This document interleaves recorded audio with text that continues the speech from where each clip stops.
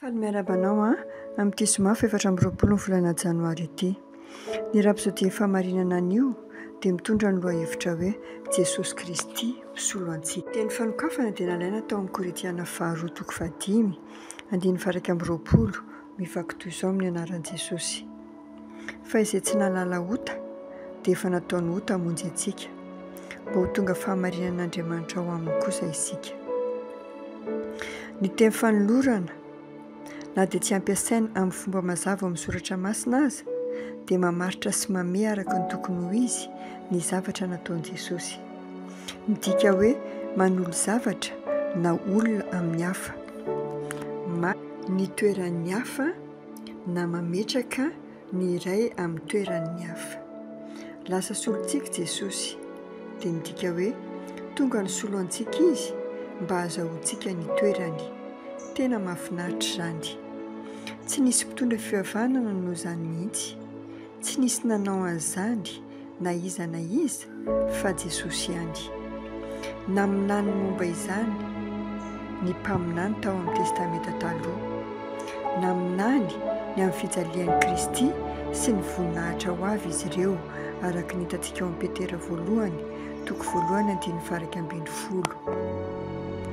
Ny mpaminany Isaia ohatra dia milaza amintsika ao amin'ny Isaia 3:15 andiny 4 sy ny 9 hoe nitondra ny aretintsika tokoa izy sady nivesatra ny fahorintsika.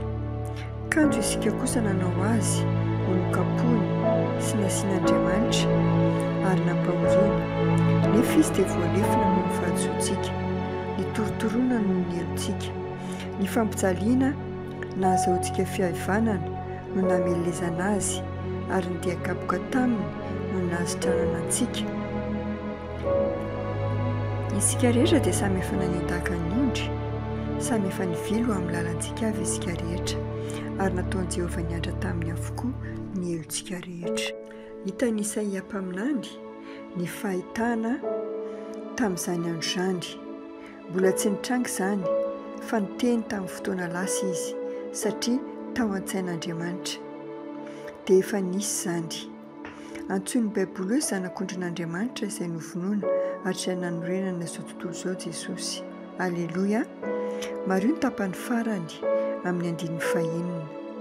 Isika rehetra dia samy efa nanitaka ny ondry, samy efa nivilo amin'ny lalantsika avy isika, ary nataon'i Jehovah niandra taminy avokoa ny helontsika rehetra. Nampitondraina an'i Jesosy no hitantsika rehetra. Izany no hitan'ny mpaminany. Ny fahitana mahakasika ny Mesia izay mitondra ny fahotany olombelona rehetra.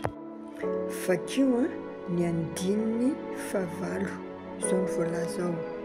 Ny fampahoriana sy ny fitsarana no nentina naisotra azy tao an-tranomaizina noho ny fahadisoan'ny oloko no nokapohana azy. Farany rehefa tonga Jesosy, niatrika ny fitsaran'ny Kaiafa, niatrika ny fitsaran'ny Pilato.